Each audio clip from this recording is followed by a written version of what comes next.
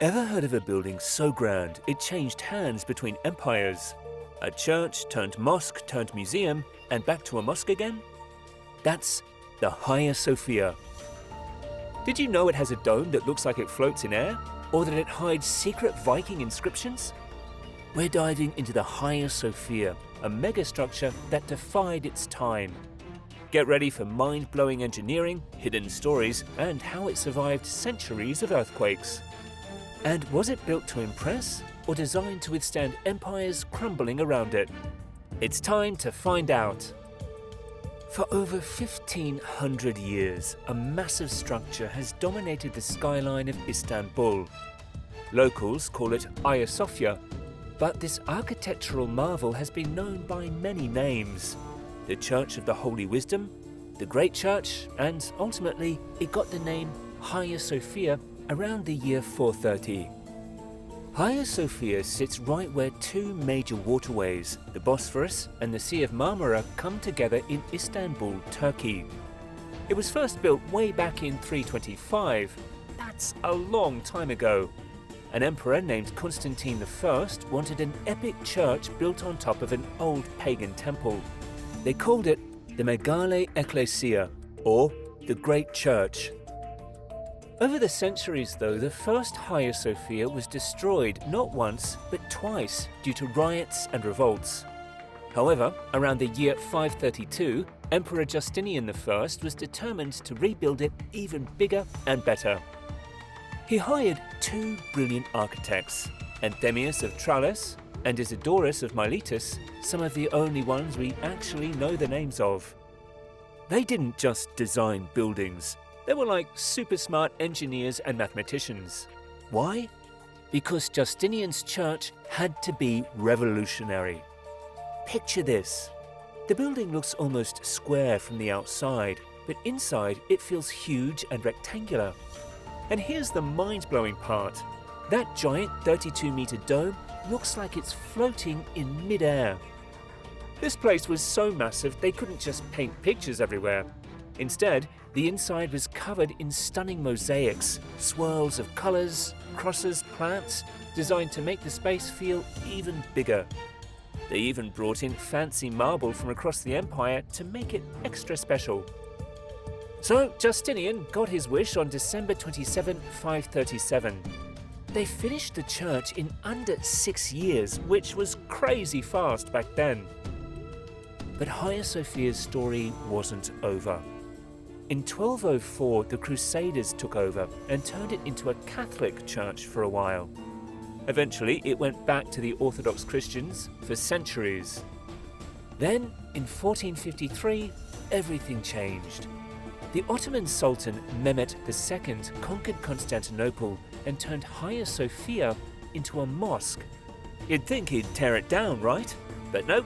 Mehmet II kept the building mostly the same, just adding minarets and covering up some of the Christian decorations. Skip to 1934 and Turkish President Kemal Atatürk secularized the building and it became a museum in 1935. Hence, the Hagia Sophia was designated as a component of a UNESCO World Heritage Site in 1985. But that wasn't the end of the changes the Hagia Sophia had to go through, because in 2020, Turkish President Erdogan made a decision to convert the building back into a mosque. This masterpiece holds more than just impressive architecture, it's full of hidden stories. Inside this magnificent structure, there's a column called the Column of Wishes, or the Weeping Column. Legend has it this column can cure anything. They say even Emperor Justinian himself pressed his head against it to ease a headache. Some say the moisture is the Virgin Mary's tears, others say it cried for a sultan. True or not, it's quite fascinating. But that's not the only story that has been passed down. There are Viking runes. These ancient markings, carved by a Viking named Halfdan, are a peek into the lives of the Viking warriors and merchants who travelled through Eastern Europe's river systems to reach Constantinople, which they called Miklagard. Halfdan and his crew might have arrived in the city on a splendid vessel, similar to the famous Oseberg Viking ship which featured a dragon head. And they left their mark on the Hagia Sophia's walls, their names etched in runic script. For years, the inscriptions remained a mystery until a professional tour guide and researcher named Selçuk Eracun deciphered them. He discovered the sentence, "Halfdan was here," and proposed that Halfdan was a Viking commander who etched his name on the walls of the Hagia Sophia sometime between the 9th and 11th centuries. The inscriptions also featured a Viking ship, which further supports the theory that Halfdan was indeed a Viking. And there's yet another part that makes Hagia Sophia iconic: its mosaics. When Hagia Sophia became a mosque, many of its Christian mosaics were hidden. But earthquakes and restorations have revealed some, like shimmering angels and saints. They used over 40 tons of gold in here. You can still see its glitz today. Oh, and another fun fact about its construction, or should I say constructor? Legend has it that when Justinian saw the finished church, he shouted, "Solomon, I have surpassed you." He was boasting that this was even grander than King Solomon's legendary temple.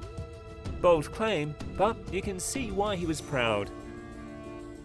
How can anyone talk about Hagia Sophia without mentioning its eye-catching dome, the centerpiece and masterpiece?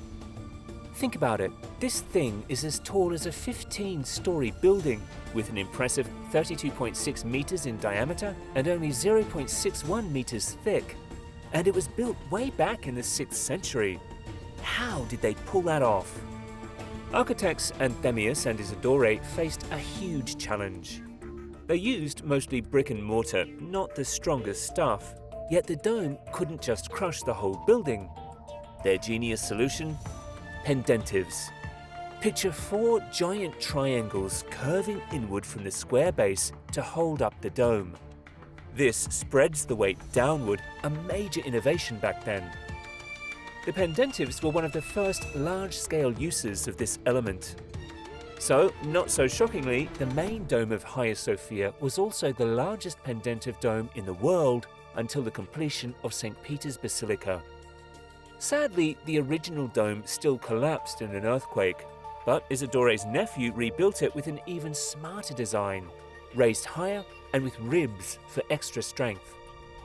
Even with all this, the dome's weight caused problems for centuries. Presently, only 2 sections of the dome's present structure, the north and south sides, remain from the 562 reconstructions. All those reconstructions gave us a breathtaking effect. 40 windows around the base flood the space with light, making the dome seem to float.